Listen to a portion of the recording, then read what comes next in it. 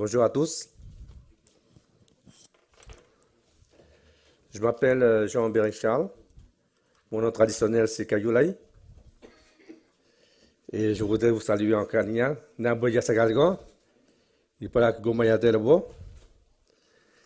Et une salutation particulière au chef Raoni, que j'ai rencontré à plusieurs reprises.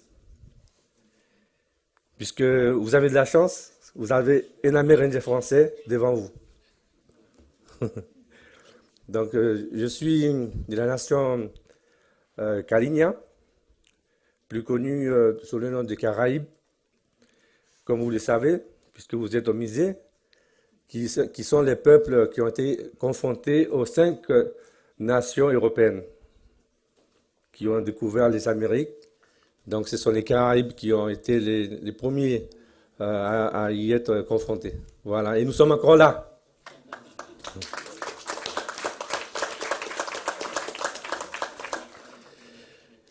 Et en Guyane, que beaucoup d'entre vous connaissent où est-ce que ça se situe, c'est entre le Suriname et le Brésil, en Amérique du Sud, au-dessous de l'équateur, qui est à 8000 km de Paris, un peu moins.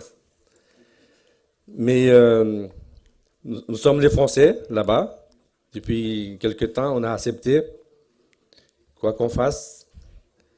Mais maintenant, on vient devant vous, et je remercie les organisateurs d'avoir réussi à me faire venir, je dirais, à la place de mon collègue, qui est le nouveau coordinateur général de la Fédération des organisations autochtones de Guyane, qui a été bloqué, et pour être devant vous aujourd'hui. La Guyane, une surface de 87 000 km², et puisqu'on a été, un fait historique, dépossédé des 3000 km, un conflit territorial des grands États, on a perdu 3000 km. À l'époque, c'était 90 000 km. Donc en Guyane, il existe encore des peuples autochtones. Il y en a 6 nationalités, qui sont les Wayana, les Wayampi, les Palikouene, les Teko, les Arawak et les Kalinia. 6 langues différentes, 6 cultures différentes réparties sur l'ensemble de la Guyane.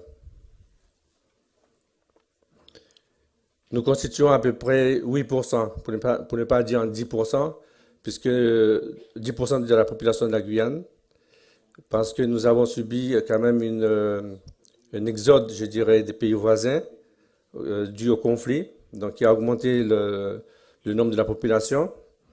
La Guyane est en pleine croissance démographique, si bien que les gouvernants ne savent plus quoi faire.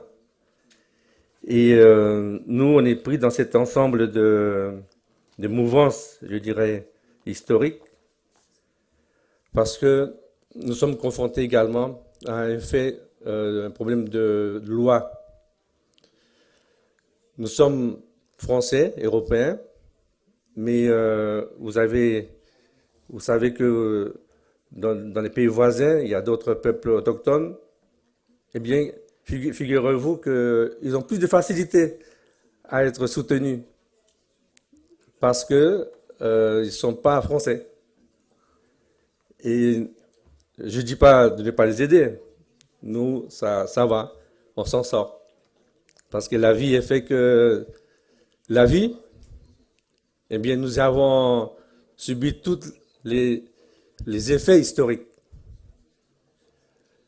L'histoire, les effets historiques dus au changement, je dirais, de la gouvernance, depuis la départementalisation, la régionalisation. Et actuellement, nous sommes encore dans une mutation, je dirais, de gouvernants, donc qui va devenir une collectivité territoriale de Guyane. Un seul conseil, un président qui va gérer la région de Guyane. Et c'est en cours. Et nous sommes dans cette situation parce que les peuples autochtones, malheureusement, ne sont pas reconnus en tant que tels par la France. La France, jusqu'à ce jour, ne veut pas ratifier la Convention 169 de l'OIT, qui permettrait à nos peuples en Guyane d'avoir aussi les mécanismes mis en place au niveau international pour se protéger, pour valoriser et pérenniser un ensemble de savoirs et de pratiques traditionnelles. Puisque ce sont ces valeurs qui nous ont maintenus jusqu'à ce jour. Malheureusement, l'évolution est telle que l'école, devenant obligatoire, inculque notre jeunesse à une autre conception, à une autre cosmovision. Ça induit un réel problème d'identité. Ça veut dire que les jeunes ont deux visions, deux regards, et maintenant ne pensent plus d'une manière collective, pensent d'une manière privative. Et donc nous serons sans doute en peu de temps confrontés à une autodestruction au sein même de nos communautés. Bien. Donc, pour parler du changement climatique, mais les effets sont ressentis au sein des communautés. Les effets, le changement de la température, en augmentation. Donc, il y a des pertes de ressources vraiment visibles. Les effets aussi de l'érosion du littoral, dû aux effets de la mer. Réchauffement vraiment de la température, donc qui nuit aussi aux plantations. Il y a aussi autre effet plus humain, c'est les activités minières qui détruisent la forêt, qui détruisent les fleuves, les criques et qui nuisent à la potabilité de l'eau. Comme vous savez, l'Amazonie, c'est la ressource en eau potable. Et malheureusement, ce ne sera pas le cas si nous ne prenons pas des mesures adaptées à lutter contre cette nuisance.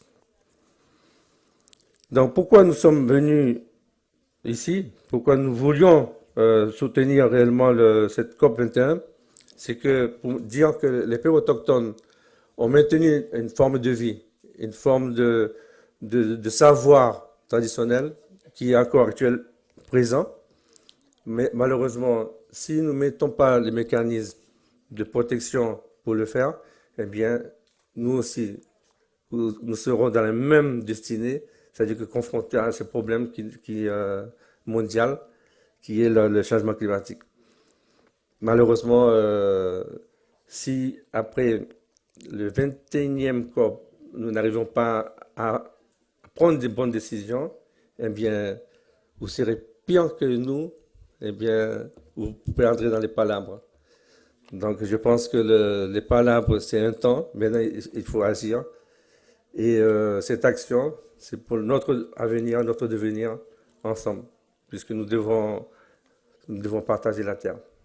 Merci.